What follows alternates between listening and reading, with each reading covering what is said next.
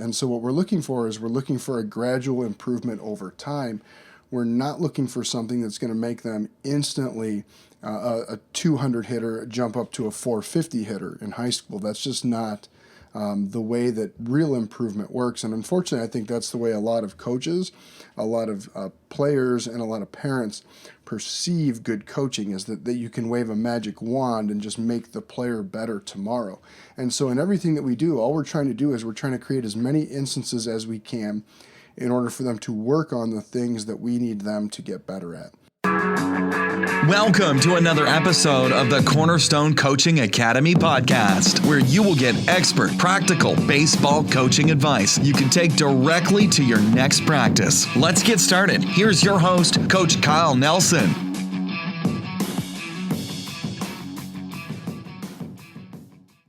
All right, coaches, welcome back to another episode of the Cornerstone Coaching Academy podcast. I'm your host, Coach Kyle Nelson.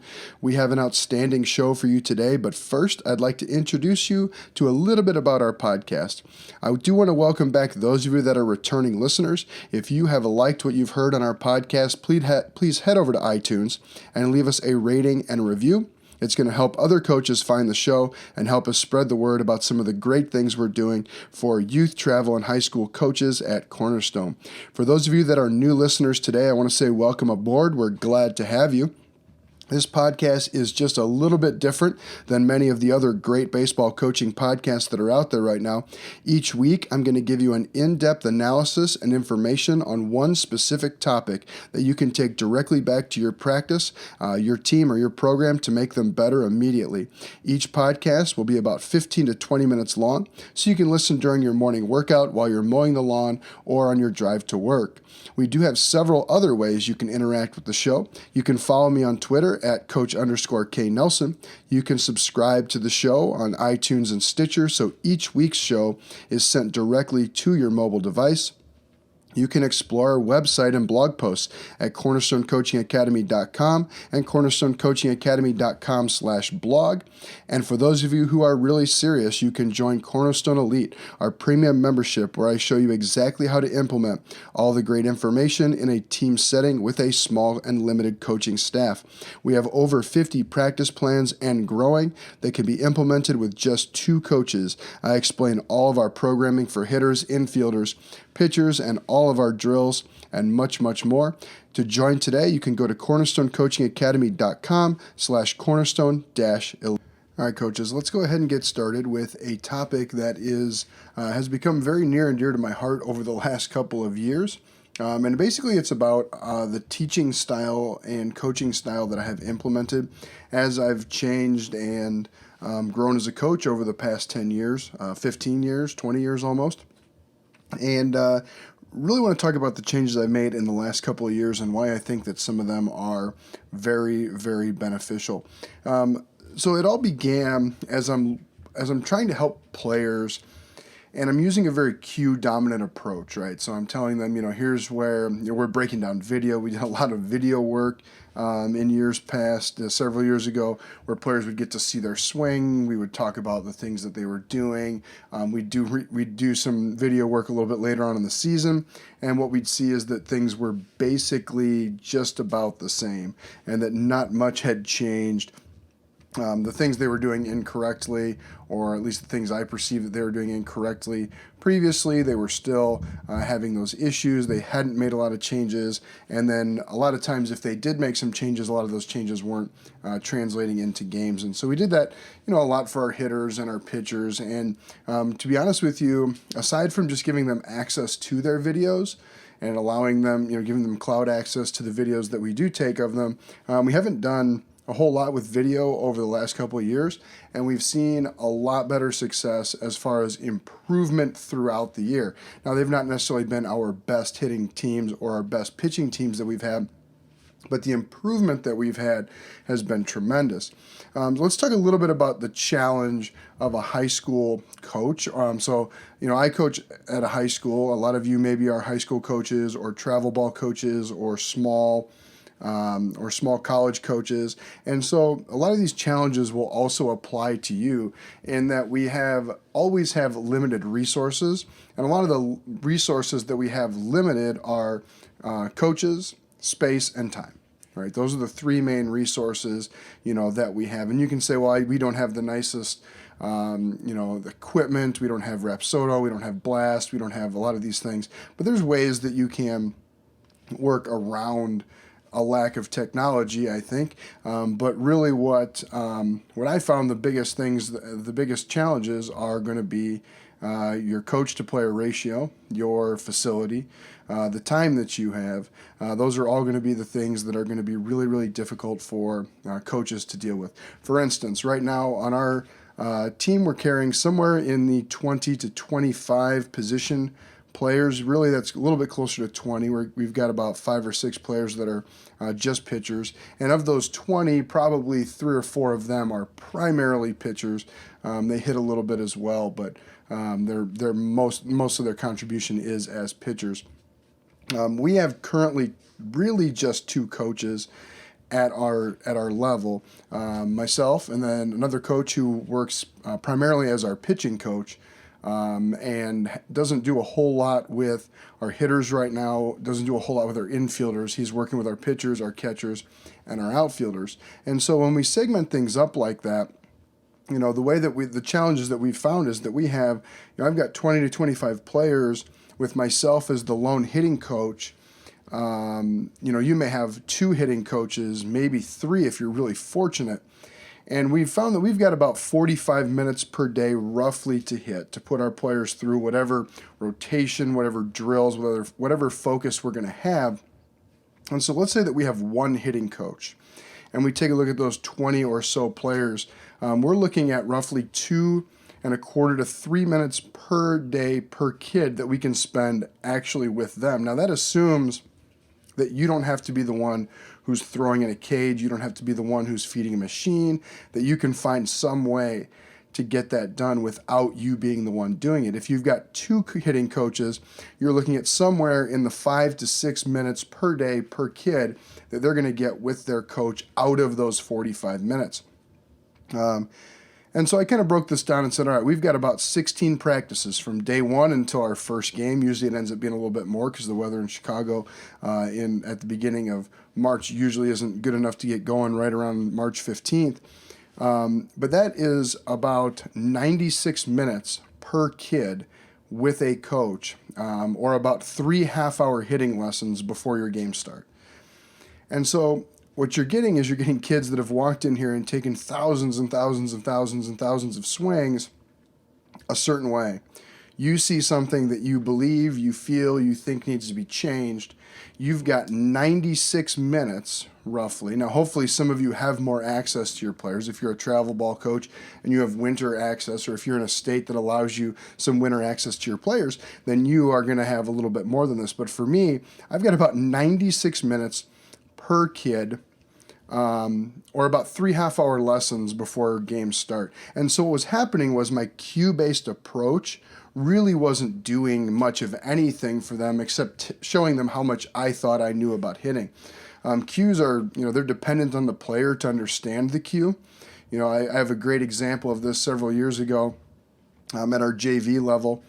Our JV coach, with a runner on first base, one of the pitchers went into the windup, and he tells him, he says, step off the rubber, stretch. And the kid kind of looks at him like he's crazy, and he gets back on the rubber in the windup. And a little bit more animated, our JV coach says, step off the rubber, stretch. Kid has no idea what's going on. So finally, in a much more animated tone, our JV coach tells him to step off the rubber and stretch. So he steps off the rubber, bends down, touches his toes, stands back up, crosses his arm across his chest. That's kind of a humorous example of how the translating between the cue we give and what the player understands could be 2 totally different things. In that scenario, he wanted him to go to the stretch. He had no idea. And so maybe physically showing him, a stretch position from the dugout. And obviously this is a minor problem that was solved very quickly. But what I'm getting at here is that when you're working with players, whether it's pitchers, whether it's hitters, whether it's infielders, is we can't just have our approach to things. We also need to figure out with the problem with a cue dominant approach is they may not be able to physically do the things that we are asking them to do. We had a player this year who was a pitcher who was totally collapsing his front leg when he landed. He would land his front leg, a big tall kid, about 6'6", and his front leg would land, and his front knee would completely collapse, no post up whatsoever on his front side. And what we found was that it was physically difficult for him to do that. We were asking him to try to post up his front leg, and that it was just difficult. So what we did was we had him work on it on every single throw he made. In the weight room, we emphasized med ball throws where he posted up his front leg. We emphasized one leg dominant lifts like Bulgarian split squats where he was able to build some stability on his front leg, and that helped him out quite a bit. And hopefully next year, when he comes in, he will physically be able to do what we have asked him to do. The other problem with a cue dominant approach, if you think about those numbers I gave you in 45 minutes of hitting, if you have 4 to 5 minutes with a player, that leaves them 40 minutes or so when they are not with you, when they're on their own, when they're doing drills, when they're hitting and they're not with you. What I found a lot was that I'd work with this player, a certain player, give them something to do. When they're with me, they'd do it. They'd go to another station. They'd go right back to exactly what they were doing before. And so that approach wasn't necessarily working because they weren't taking ownership of, what I told, or perhaps it's one of the things above, right? They didn't understand it. They couldn't physically do what we were asking them to do. The other thing is a lot of times, especially with reactionary things in baseball, playing defense, fielding, hitting, throwing. If it's a reaction, you don't have time to think about your swing, about your throwing mechanics, about your fielding mechanics when you're actually in the heat of competition. And a cue dominant approach puts a lot of those thoughts in your head, and a lot of times they'll just go back to what's comfortable to them in competition. And so, I think that is really one of the big benefits of getting away from a cue dominant approach. Also, the other thing that we found is that in a cue dominant approach to teaching, that development a lot of times stops once our games started. So, at least for a lot of coaches, they say once you get into games, we're not trying to change mechanics, we're not trying to change your movements, we're not trying to change your swing, we're not trying to change your arm path, we're not trying to change any of those things. And with a cue dominant approach, you're kind of done, right? Once competition starts and they have to be competing, you can't be trying to make major swing changes in that kind of approach. And so the approach that we've taken a little bit more is, instead of the lesson model where it's cue dominant, where we're trying to just build into current successes, right? Like we're trying to make sure that this bullpen is better. We're trying to make sure that this fielding session is better. They hit 800 in this round of batting practice. Instead of trying to make sure that that's going on, what we're trying to do is we're trying to make sure that we set up an environment for them where they just progressively get a little bit better each and every day. And so throughout the rest of the podcast, I'm going to explain to you how we do these things in a team setting, and then also some of the plans that we have going forward for next year as we kind of expand on these things. Now, pitching is the one area where it's a little bit more difficult. I do have a podcast that talks about our red, yellow, and green days for pitching. For our pitching schedule in season. And so if you want to go back, I'll link to that in the show notes for today, which, by the way, you can find them at cornerstonecoachingacademy.com/175. And I'll link to that podcast where I talk about our red, yellow, and green days for pitchers, because pitching is one of the things where, obviously, in order to get better at pitching, you can't go throw a 100-pitch bullpen every single day. And so that podcast episode explains a little bit about what we did with those players this year and with our pitchers this year to really emphasize arm health, also while trying to emphasize development for the right pitchers during the season. But just kind of as a side note to that, I really do believe that a lot of the more modern pitching techniques, protocol, such as plyo balls, such as a lot of the arm care things, do in fact help players be able to make mechanical changes without even realize what's going on in their head throughout the year, so that they can still compete while they're making these changes, these minor changes throughout the year. So, but I will link to that, and so you can go back and check that out in the show notes. So here's the approach I'm taking, and then here's why. We had an athlete a couple years ago who was a fantastic basketball player. Basketball was his number one sport. It was not baseball, even though he was probably one of our better players and was actually an all-conference player, but he was just an outstanding athlete. He told me that he got his bat 2 days before the baseball season started. His new bat shipped to him. He pulled it out of the box it came in. I asked him, I said, and when you picked that bat up, when was the last time that you had picked up a bat prior to that? And his answer was the middle of last June. And so he went July, August, September, all the way to the end of February without touching a bat. And so if he comes in and I try to give him 10 to 12 different cues, because his swing was far from the prettiest thing. Now remember, he is an outstanding athlete, which certainly helps, but we were able to improve him each year from the beginning of the year to the end of the year simply by giving him goals that we wanted him to try to achieve, and then allowing him to work on that and work on finding his way in order to do that. That's a way of him learning implicitly, and he was actually able to learn a lot of those things faster, and they hold up better under competition. They hold up better under psychological stress because it eliminates a lot of the thinking that you're doing in training, which in turn eliminates a lot of the thinking that you're doing in games. And so you're not thinking about your hands while you're swinging. You're not thinking about your transfer while you're fielding. And so here's what we did.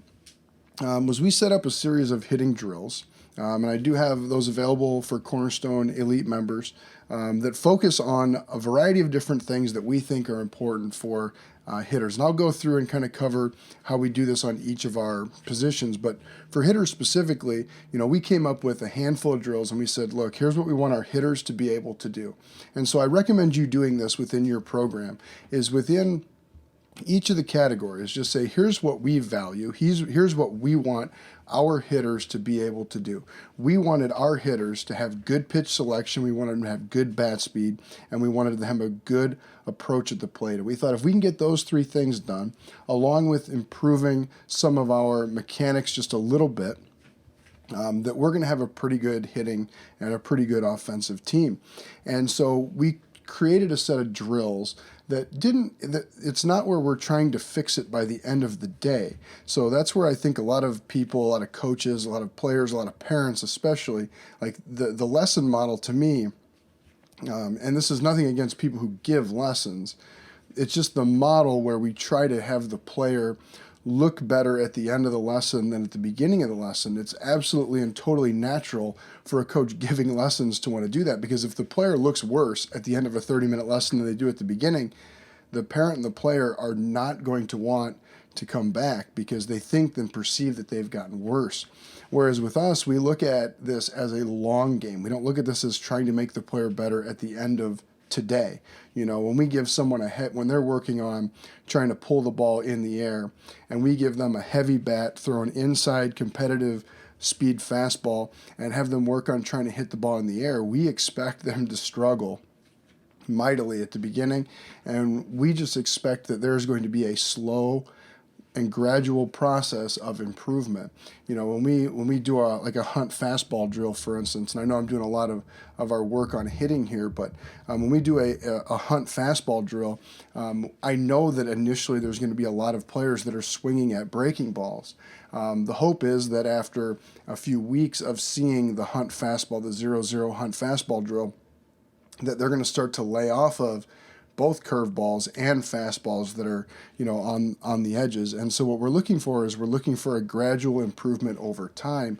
We're not looking for something that's going to make them instantly a 200 hitter jump up to a 450 hitter in high school. That's just not the way that real improvement works. And unfortunately, I think that's the way a lot of coaches, a lot of players, and a lot of parents perceive good coaching, is that you can wave a magic wand and just make the player better tomorrow. And so in everything that we do, all we're trying to do is we're trying to create as many instances as we can in order for them to work on the things that we need them to get better at. And so for hitting, we've decided that those three things are going to be our absolute top three things. We're going to be working on our approach and our pitch selection. We're going to be working on our bat speed, and we're going to be working on our timing. And those are the three things that we want to make sure that we get down. And so we create a variety of different drills. And when we need a little bit more work on timing, like we ran into this year, that I found that we had very poor timing. We were late on fastballs and early on breaking balls.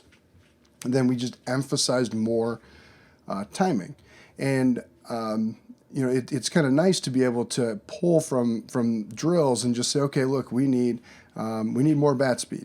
And so bat speed is not something you can develop overnight. It's difficult to do in the season, but we had a relatively young team this year. And so I knew that if we did bat speed training throughout the year with the players, not only would it probably benefit them towards the end of this year, which it did, our bat speeds did improve throughout the course of this season, but also it would improve for a lot of the juniors and sophomores. It would improve them also for next year. And so I wasn't just looking at it and saying, okay, how can we best win today's game? I said, how can we best prepare ourselves to be good at the end of the year? This year we ran into a really good pitcher at the end of the season. He was probably throwing mid to upper 80s, so a pretty good high school fastball, something that early on in the year would have probably totally dominated us, and we were on time with him throughout a lot of the game. He did pitch very well against us, held us to just 2 runs, but the swings we took, the quality of the swings we took were much better, and I think a lot of that has to do with us just emphasizing timing and putting them in situations for them to try to figure out timing throughout the year.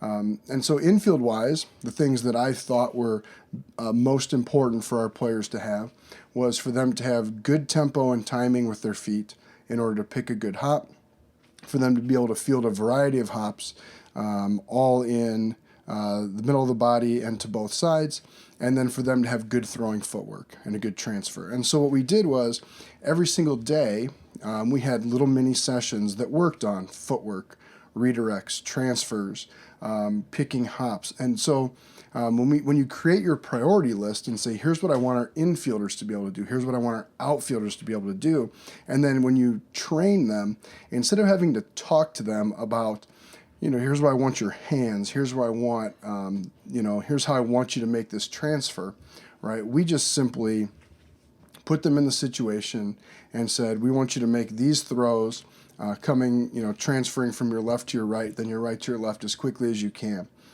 And what we found was, at the beginning of the season, kind of a disaster, right? The balls are going all over the place, balls are dropping, they're not transferring very quickly. End of the season, balls are more accurate, transfers are better, and it's a slow process that we have to build on over time, and not something that we can look at as, how can I magically make them better today? And so those are a lot of the things that we did this year to try to make those improvements. One other thing I wanted to talk about that I kind of figured out about halfway through the season, probably was unfair to about half of our roster, is trying to train players right at the edge of their ability level. This was really hard, and hopefully I didn't bury this so far in the podcast that we've lost a lot of people, because I do think this is a really, really important thing.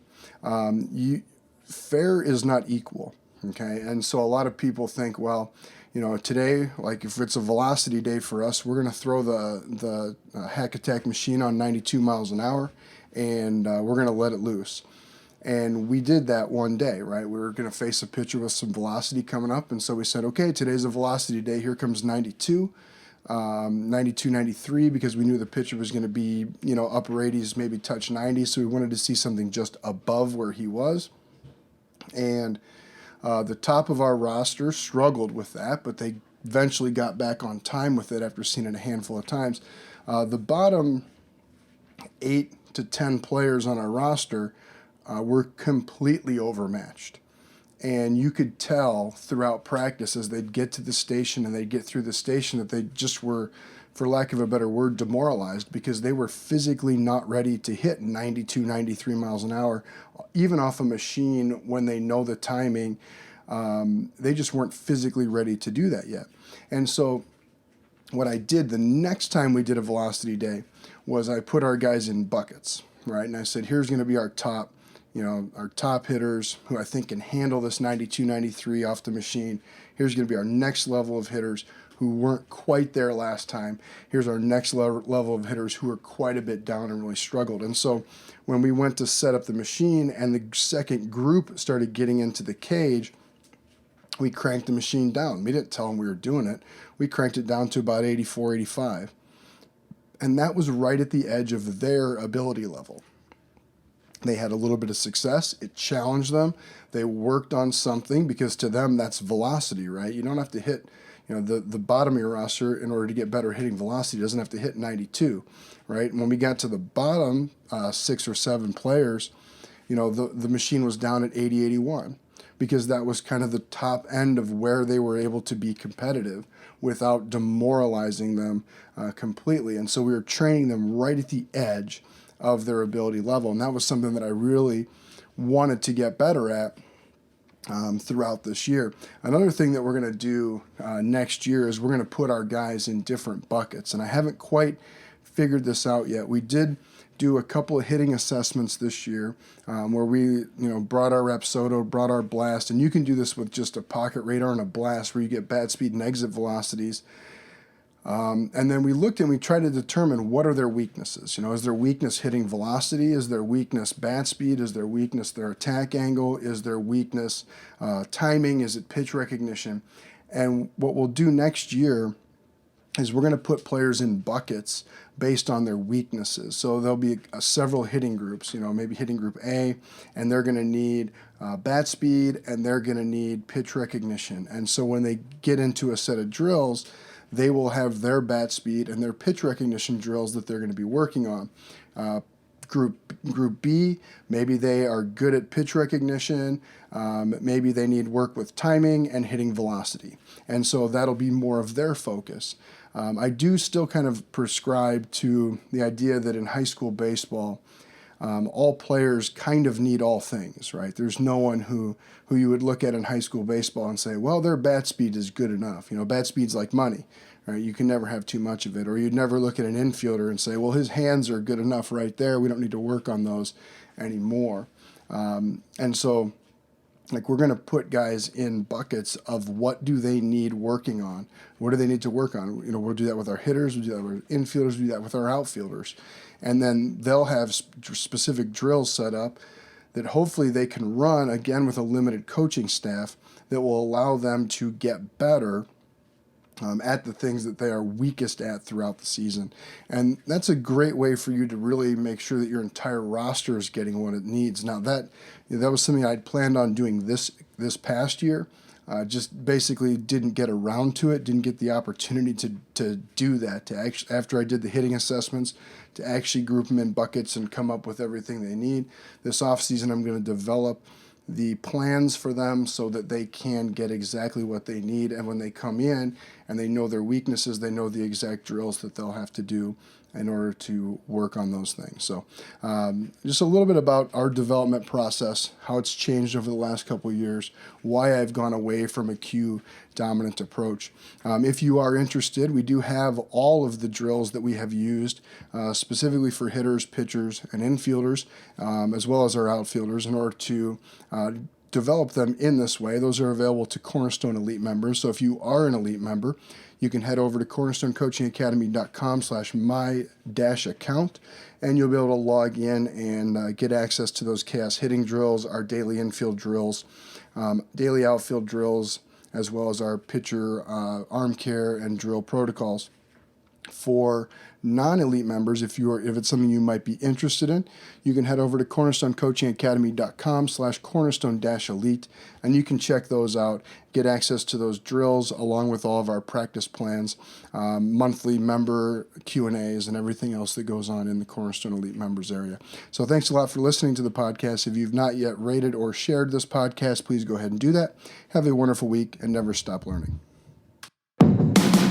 Thanks for listening to the Cornerstone Coaching Academy podcast. If you liked what you heard here and you're looking to take your team, your program, and your coaching career to the next level, there is no better resource than a Cornerstone Elite membership. Get everything you need to run an amateur team, including dozens of drills, games, practice plans, e-courses, and much more, right at your fingertips, wherever you have an internet connection. Check it out today at cornerstonecoachingacademy.com/cornerstone-elite. We will be back next week with another great episode on the Cornerstone Coaching Academy podcast.